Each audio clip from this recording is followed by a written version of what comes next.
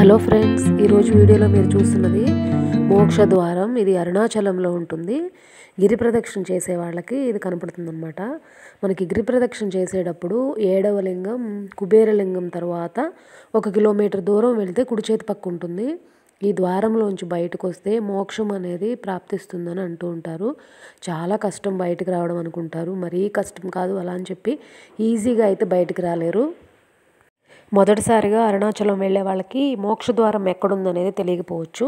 ఎవరైనా తెలియని వాళ్ళు ఉంటే కనుక చూడండి, గిరి ప్రదక్షిణ చేస్తున్నప్పుడు మనం అన్ని శివలింగాలు దర్శించుకున్న తర్వాత 7వ లింగం ఆఖరి నుంచి 2వది అనమాట కుబేరలింగం దర్శించుకున్న తర్వాత మనకి లింగాలన్నీ కూడా ఆల్మోస్ట్ ఎడమ చేతి పక్కే వస్తాయి మనం గిరి ప్రదక్షిణ చేస్తున్నప్పుడు.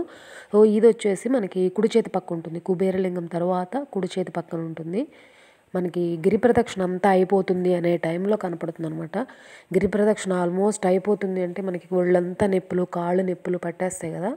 సో అలాంటి టైంలో ఈ మోక్ష ద్వారంలోకి వెళ్తే అప్పటి వరకు పడ్డ బాధ అంతా, కాళ్ళ నొప్పులు అంతా పోతాయని అంటారు.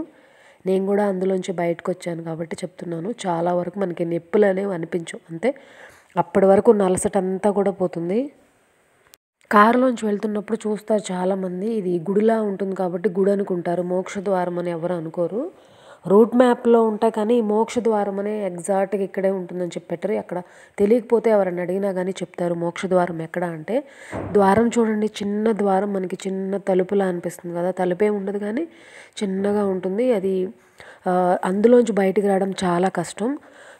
అది ఎలా తయారు చేశారంటే ఒక ఇంజనీరే తయారు చేశారంటారు. మరి అక్కడ ఏంటంటే ఒక మనిషి స్కెలిటన్ ఒక మెజర్మెంట్స్ ఉంటాయి కదా, దాని ప్రకారమే తయారు చేశారంటారు. అందుకే ఎంతటి లావు వాళ్ళైనా కానీ ఈజీగా బయటకు వచ్చేస్తారు.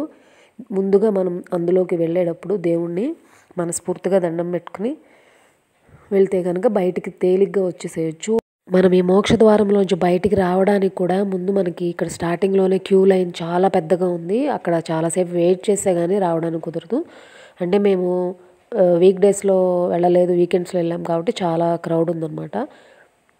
ఒక పెద్ద ఆవిడైతే అందులో ఇరుక్కుపోయి చాలా 2-3 పట్టుకుని లాగితే కానీ బయటకు రాలేదు. ఎంత ఈజీగా రాగలుగుతారో అంతే ఈజీగా స్టక్ కూడా అయిపోతారు అనమాట. అక్కడే ఇరుక్కుపోతారు. మోకాళ్ళు నొప్పులు ఉన్నాళ్ళు, మరీ ముసలి వాళ్ళు వెళ్ళకపోవడమే మంచిది. కాకపోతే ఏంటంటే ప్రతి ఒక్కరికి కూడా అందులో మోక్ష ద్వారం నుంచి బయటకు వస్తే మోకాళ్ళ నొప్పులని, బాడీలో ఉన్న నొప్పులు, ఏదైనా రోగాలు పోతాయని అంటారు. ఒకసారి క్లియర్గా చూసేయండి. ఈ మోక్ష ద్వారంలోంచి బయటకు వచ్చిన తర్వాత వాళ్ళ ఫీలింగ్ ఏంటనేది అది వాళ్ళకి మాత్రమే తెలుస్తుంది. ఒకసారి మీరు కూడా వెళ్ళినట్టయితే మీకు కూడా అర్థమైపోతుంది ఎలా ఉంటుందనేది.